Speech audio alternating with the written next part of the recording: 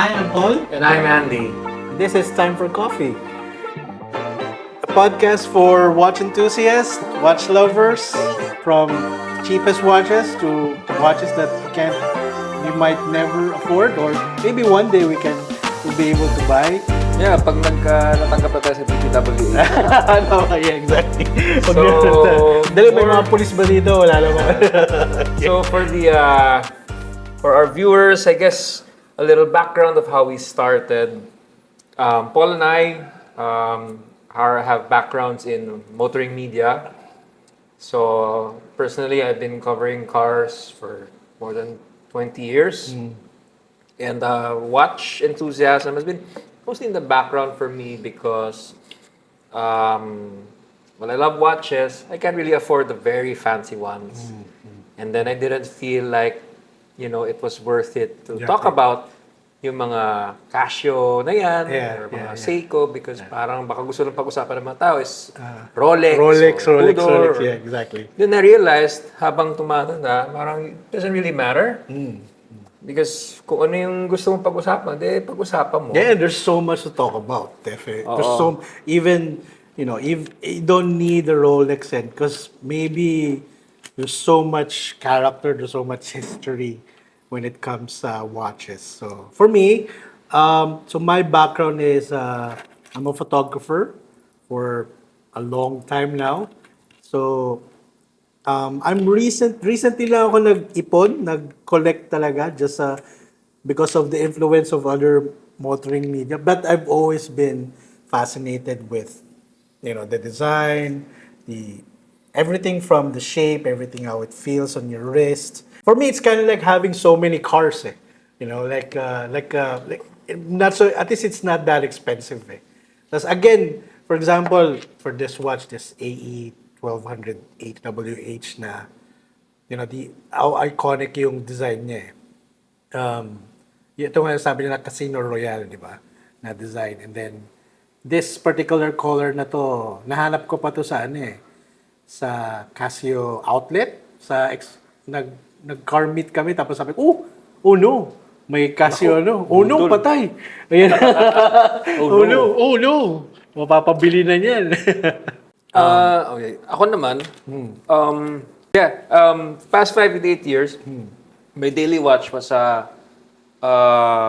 either a Sunto or a Polar smartwatch. Okay. Kasi I used to train a lot. And then I'd only wear yung mga dressier watches weekends.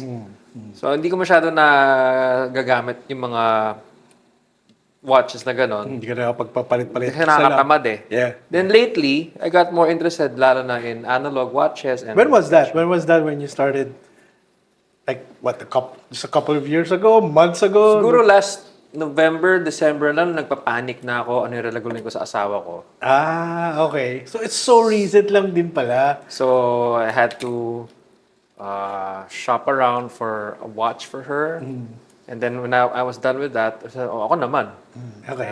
Lalo na when I was changing jobs. Okay. I wanted to reward myself with a nice watch. Oh, which was? A Glycine Air Pilot. Hindi ko dala ngayon. Hindi mo dala. Next Okay. episode. Okay. And then, it was browsing different sites and I discovered that there are a fair number of resellers in Facebook and Instagram that sell either used or old stock or new, like new in box. And I don't know how they source it. Yeah. Pero you can get fairly good deals on watches outside of the mall. Now, wala namang masama to buy in the mall, diba? Yeah. Kasi you get the warranty support and all of that. Pero for me, if I want to save a few thousand, so I go to Instagram accounts like si Watch Library, medyo naging suki na sa kanila. Oh, okay. Or pag gusto kong hindi makatulog, pumunta ako kay May Watch physical shop ba sila? Meron sa Ortigas. Yun. Yun ang maganda, Little diba? shop na puros, kung gusto mong mag-try lang, Okay. punta ka doon. Mabait naman sila. Okay. Kaya lang, baka paglabas May uwi mo, ka na, magaan na yung wallet mo. Yeah. That's the challenge for us, no? Kapag Sa Watch Center PH din. yeah. So Watch Center PH, from how I haven't bought from him yet. But I heard he gets good reviews. Okay. So he carries Orient, Citizen, and Seiko. Okay. nakailang inquiry na ako. So- So, wala pa rin akong bibili. Malapit na akong kailangang bumili na para hindi mapahiya. So, para pa tayong sobrang, ang bilis mo din pala. So, that was just last year and Parang nagising lang. parang na-rejuvenate ka agad din. Yeah. Na-hype ulit. Okay. Ako naman, yun nga, parang default gift na kasi for me and my wife na magregalo ng watch eh. I did have a guest watch. Last night nga actually I was looking at the original design. I did wear a single watch for I think almost 10 years eh. Almost 10 years. I got it from college. I had a professor. He gave me a parang voucher for 5,000 pesos. Tapos yun yung binili ko. Kasi nagustuhan ko ulit yung design. After my influential sa mga stories ng motoring media, and then yan, napadpad ka na sa mall. Then here we are. Nasa double digit na ako kagad. And then... Sarap kasi. Kasi, yeah, exactly. kasi lalaki. I mean, I don't know about you, pero for me, I feel like low maintenance ako pagdating sa damit. I only have 2 pairs of jeans. I only have a couple of shoes. Yep. Yung shirt ko, iilan lang yung unbranded. Like today is sponsored by Kia. Thank you, Kia. So, ganda eh. Sponsored by AC Mobility. No? So I think the one thing where I can have some individuality is what's on my wrist na lang. Diba? So binabago ko yan dun sa kulay ng kotse na pinahiram sa akin. Oh, exactly. Or kulay ng sapatos ko. Yeah. There's something about when you're driving, then you look at your wrist, parang, ooh, look at that. It's something to admire na it's yours. I mean, I don't care what people might say. Yeah. What's important is I like what's on my wrist. exactly. I mean, let's not. I won't lie. I mean, like, there's one day that I wouldn't mind. One day I have a 2-door or yung dream watch ko is Omega Speedmaster. Okay, oh, wow. An older one, Yeah. older model. Okay. So one day I'm gonna have that.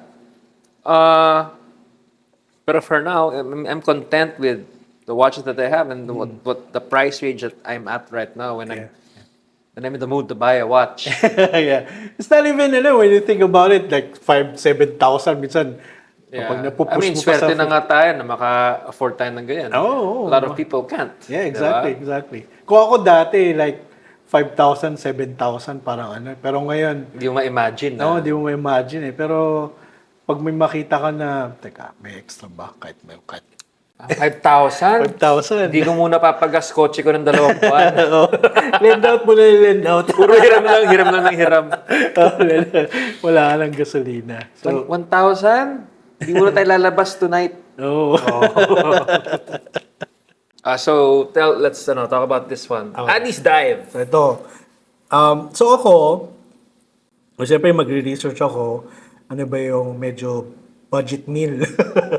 Budget meal watch. So ito yung mga, there's a, after watching so many, YouTube channel, YouTubers, so this really came up, yung Addy's Yeah, Dive. madalas nababanggit yung Addy's Dive. Specifically, itong, yung face niya na may parang Sand. parang sand and when you nakita ko lang siya yun sa Shopee. Nung una actually nakikita ko siya kung pwede lang orderin sa AliExpress. So sabi ko, I don't know. Pero yun na, nakita ko lang. Tapos, when I got it, sabi ko, it's a bit small for me, pero it's the sort of watch na ako prefer a little bit bigger. Is it quartz or automatic? I think it's just quartz, not automatic eh. Okay. Pero mukha siyang vintage na Rolex Oyster Perpetual. Yeah. Yeah. Tsaka yung Magkano to? 3.8. 3.8, di ba? The best. 3.8. Ano pa irereklamo mo? I mean, Exactly, looking diba? at it closely, ganda ng detailing niya. The machining is very good. Aligned naman yung indices. Parang alam ko na yung Mas may Sapphire glass ba siya? Feeling ko. Yeah, I think so. Sapphire, no? Yeah, I think so. It's quartz, pero yung movement ng quartz, it's not It's a like bit yung off. tick, Yeah. Parang almost semi-automatic. Semi-automatic. DK31. Medyo pitin lang ako sa size, pero for sure, Yeah, it's a little it's small. a little small. Pero sabi nila, no, I don't know if there's sa mga YouTuber na parang mas mahirap daw gawin pag mas maliit. Kasi there's so many details. Yung bracelet niya, solid din siya. Maganda yun. Tsaka may micro-adjust. Yun pa nga, hindi ko pa. May micro-adjust to. Ah, Yan okay. yung para ano. Okay. Hindi ka nang babawas ng link. Like, ito naman, this F91. This is a Pac-Man edition. This is actually my second F91. No, third. Because my very first F91 was nung bata pa talaga ng 80s na hindi ko pinapansin lang because it's a watch. Diba? Exactly. It's a watch. Yeah. And I guess siguro nasira na kasi nilulubog ko pa masyado sa tubig or something. And then lately, because I got into the hobby again, I decided to get the OG. So I got the blue one. So you got this from Japan, di ba? And then I saw, kaka-browse ko sa Lazada, sa Yusuki store, they have the Pac-Man edition na in-order ko, which is 3 times the price of a regular F91. So nasa mga 335. Pero grabe, it's a... Which is a lot of money for a very simple watch, no? Yeah. This is just time, stopwatch, alarm, Pero the design and there's a terrible light. Walang kwentang ilaw to talaga. Yeah. Yung ilaw And you're really paying for the graphics of the waka-waka, the... wak, wak, wak, Diba? wak, Pero- wak. Yung pala yun. Waka, waka, waka, waka, diba? waka, waka, waka. Parang, it doesn't really do anything for the watch. But it takes me back to a time when I first Yeah, exactly. got into watches, and What the- oh. Pac-Man was one of the very first video games. Yeah, for me. Yeah, I agree. Yeah, I love this watch. And on a practical note, the F91, the reason why it's so popular is, of course, it's so cheap. Parang 900 pesos, 1,000 Yeah, lang 900 yata. pesos, yeah. And then, when you wear it, it's so comfortable kasi ang nipis niya. Parang wala. Hindi mo na- napapansin. Parang sa skin mo na lang siya. And when you wear a jacket, and then you have to remove the jacket, hindi siya sumasabit. Okay. So it's Okay. very low profile. After Casio, I remember when I was a teenager, I was into Swatch. Kasi Yeah. yung time na nauso yung Swatch, Yeah. 80s, 90s. Yep. My aunt who lived in the States, she's gone now, she would really line up for yung mga collectors' watches. And she would send over to me yung mga Wow. hindi niya masyadong type. Talaga? Okay. Yeah.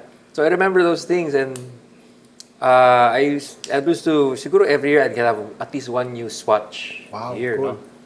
And then, when you started working already, parang medyo na-outgrow ko yung Swatch. And then medyo nabalik ulit when I got married. I got married, and siguro my wife and I walked in a Swatch one time, and napansin niya I was really drawn to a particular design.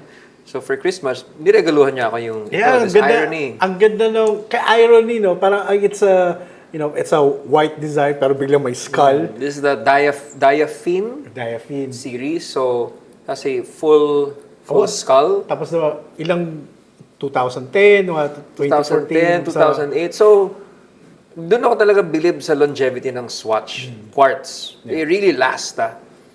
And then, of course, free batteries forever. So, Ayun nga, hindi ako lang nalaman yun na free battery was, I mean, lifetime pala yun na you could just basically. go to free na yung So, battery this replacement. watch has easily been with me for more than 15 years.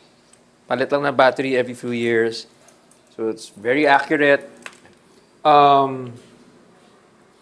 I had an experience lang with an automatic na Swatch. I don't know if it's my fault or the watch, pero hindi na tumagal. Kasi siguro, masyado kong hindi na gamit. So, yung router parang medyo stuck na. Wala na. Sayang lang. Pero for quartz swatches, I have another Swatch from college still running. Nice. Although I'm new with the multiple watches. Una na nabalik ako kasi nakita ko yung other automotive friends na katulad mo, si Paolo, parang puro watches sila oh.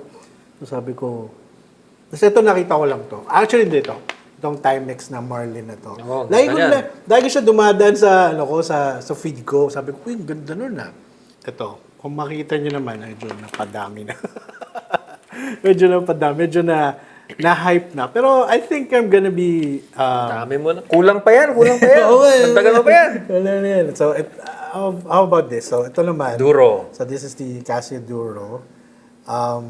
Like a beater, ano siya, di ba? Tool watch. A tool watch. What's a tool watch? But like, for the everyday thing, for the everyday, like a blue-collar worker. So it has the bezel for timing. Yeah, and also, Timer ka. and the great thing is it's 220 bar na siya, 200 meters. 200 So meters parang na. legit talaga siya na diver's watch talaga siya. Tapos, You can at least go swimming with it. yeah, you could really go swimming in it. Tapos, yung mga under 3K? Yeah. Tapos this is the yun nga, MDV 107. Kind of like sabi nila like a modern version of the Duro.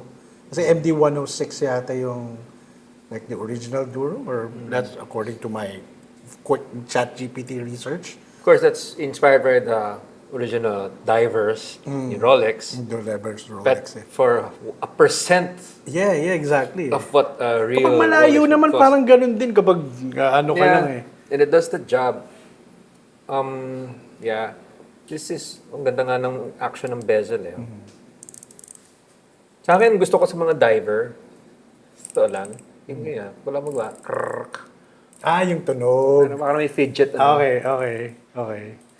I don't even know na parang, for example, itong steel drive mo, no? Like, how did they actually use it? So, for example, they're gonna be diving at a certain time, tapos sabay, like, For example, you're diving, no? gonna point the, And let's say you have 10 minutes of oxygen. okay. So you start from your starting point, which kunyari 4:15. Doon mo po point Then yung marker na yun. Dapat at 4:25, you should surface already. Okay. So, dito mo, hindi Ito yung... yung zero mo. Okay. It's a very simple and fail-safe timer. Pwede rin, like ginagawa ko pag nasa misa, tapos gusto ko orasan yung whole meeting. Titignan ko, sumusunod ba talaga 10 minutes ba talaga? Sabi niya, nalagyan mo siya dun sa, yung tip, lagyan mo yung tip dun sa starting time. Tinayin mo na si Father. Tapos, at the end of it, tingnan mo, saan pumalo yung title. So, the two ways to use the bezel. Very useful. Pero this steel drive na to, ang ganda na ito. I mean, the more Steel dive, yeah. Steel dive, yeah. Yeah, it's for 6K. one of my best watches sa totoo lang. 6K? Yeah, I gotta... Ayun na naman, I gotta have one of those na naman eh. Pero, wow. Because I watched so many positive reviews about it on YouTube, so I just had to try it. So, ano yan? You just bought it online? And Yeah. Sa one of Steel Dive Watch Store yata sa Lazada. Dapat meron I siyang... chose the green para maiba naman. But they also have black, blue, Yeah. and then you also have orange strap. Meron pa. So this one, I love the applied markers. Hindi siya printed lang naka-apply talaga. Ito, kahit yung red na indicator ng 200. May stoplight. Ganda eh. Tapos meron may stoplight siya. Yung on the second hand, stoplight tawag nila dyan. may stoplight. And then when I look closely, yung alignment niya of the minutes and hours, sakto siya. Hindi siya misaligned. Wow. Di ba may mga ganun eh. May mga OC na, hey, the minute hand, this sakto siya. Wow, that's... So, yung bezel niya, ang ganda ng action. I'm not sure if it's ceramic. I think so. And then sa gabi, ang ganda ng loom nito. When it's fully charged, even the bezel has loom. Not bad for less than 6,000. Yeah, that's the thing. It's not... Then the case is, don't ask me yung case diameter. Yeah. It's an NH35. I had that. Pero I guess we're not gonna be doing it. It's an NH35. It's a reliable movement. Yung bracelet lang niya is a little bit jangly. Pero pwede ko nang pagbigyan yun. I'm not too naman about bracelets eh. Yeah, bracelet. Okay. Can we try killing the light? Parang makita mo yung loom. For example, that steel dive. Are you looking into the other models already, or? Yeah, dami na nasa add to cart. Okay. Hindi ko pa Ang lang with Steel Dive, kasi if you're buying homage watches, Steel Dive is one of those brands that you can't go wrong. they're on the more affordable end of the spectrum. The more expensive is San Martin, Sagesse, Eastern, weird names. Ang ano lang kasi with Steel Dive, some of the homages, like the 1953, masyado ng 1:1 to a Rolex diver or yung Explorer. So parang hindi ko kaya. Kasi parang masyado mo namang kinokopya na. Masyado ng on the nose eh. Pero ito, Or even, sin, inaano pa nila yung even sin. the weight of this is, it's amazing that you could buy this build quality, this such a pretty watch, tapos yung weight pa. Kasi minsan, dinadaya nila, ang ganda na casing. Pero Tsaka, yung bigat to, sarap ng hefty. ang Pwede mo siya gawing weapon. Tapos pag hinold up ka, kita, ano mo, oh, sige na. Bili ka ulit, di ba? Hindi ka maiiyak eh pag mawala, pag manakaw sa'yo. Oh, yeah, tama. Yeah, this. Gano'ng katagal na to? 4 months. Okay. So, favorite mo na kagad kasi... Sapphire glass pa yan. Oo, tama. Yeah, ganda. Sobrang happy. Ganda. So that's our first episode, Yeah, just talking about Yeah. how we got into watch collecting and why we believe it should be for everybody. Exactly. I mean, yeah, there are cheap watches and there are very expensive watches. But that shouldn't stop you from enjoying the hobby, exactly. you know? Yeah. I mean, everybody wants to have the super expensive watch, but you have to go with what you can afford. Yeah, exactly.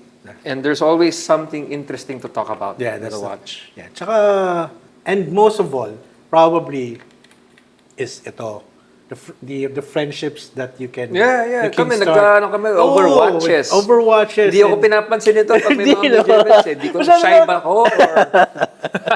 Pero yan, look at that, oh. Look at that, oh. And, ayun guys, follow lang kayo. This is just the first episode. And yan, yung mga friends namin dyan, oh. Sama na rin kayo. Pila na rin kayo sa next na guest namin. So I'm sure they can relate that when you put a couple of people at a table and then you don't know each other that well, minsan the icebreaker is the watch. Eh. Yeah, Parang, exactly. "Oh, I agree. Is I that agree. limited? Is that, ano yan? Yeah, exactly. I totally agree. So yun, that's our first episode, and subscribe, follow. Thank you guys for watching. Let us know what you think in the comments. This is Paul again, And I'm Andy. alright, then again, this is Time for Coffee.